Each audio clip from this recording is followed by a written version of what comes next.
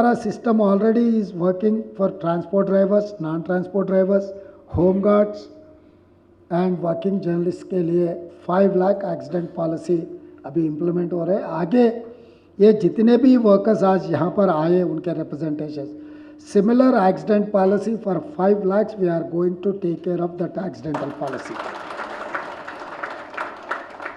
कि अभी जो बहन ने दिखाया था मेरा का एक्सीडेंट हुए, मगर कोई पलट के भी नहीं देखा है, मेरा ఆర్గనైజేషన్ भी कुछ మద్దతు नहीं की।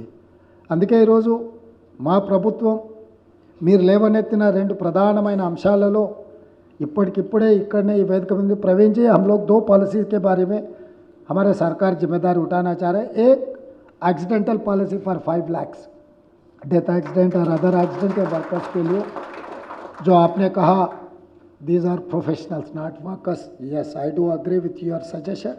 these professionals के लिए हमारे सरकार 5 लाख रुपए एक्सीडेंटल पॉलिसी देने के लिए राजी। I am going to ask my medical and health minister to cover up Rajiv Aarogyasri for 10 lakhs health.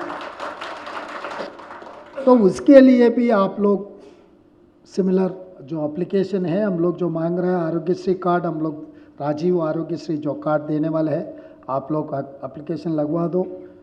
ज़्यादा से ज़्यादा 26 जनवरी से, that's a maximum upper limit, 26 जनवरी से लेकर आप लोगों को ये 2 चीज़ों में, क्योंकि डेटा पहले लेना है, उसके बाद डेटा एनालिसिस करना है, वो data have to push by concern department.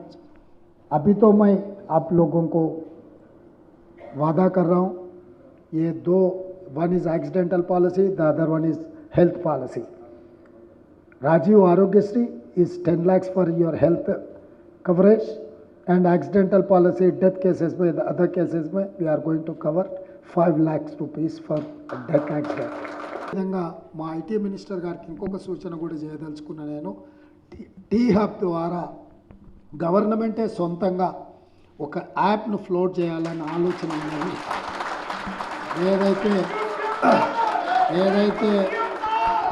ఏదైతే మా వర్కర్స్ ఏదైతే ముఖ్యంగా ఓలా, ఓబర్,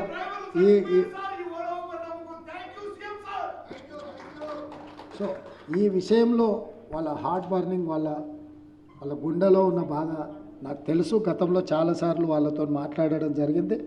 డెఫినెట్గా టీ హబ్ ద్వారా తెలంగాణ ప్రభుత్వమే ఒక స్పెషల్ యాప్ క్రియేట్ చేసి దాన్ని అందుబాటులోకి తీసుకొచ్చి ఏ రకంగా మీ హక్కులకు రక్షణ కల్పించాలనో తొందరలోనే మేము దాని మీద సమీక్ష చేస్తాము, విధానపరమైన నిర్ణయం తీసుకుంటాము। నేను సంస్థల యజమానులకు కూడా నేను సూచన చేయదలుచుకున్నా, మీరు మీ దగ్గర వృత్తిపరంగా పనిచేస్తున్న వాళ్లకు రక్షణ కల్పించినప్పుడు, నమ్మకం కల్పించినప్పుడే మీ సంస్థలు మనుగడ సాధిస్తాయి।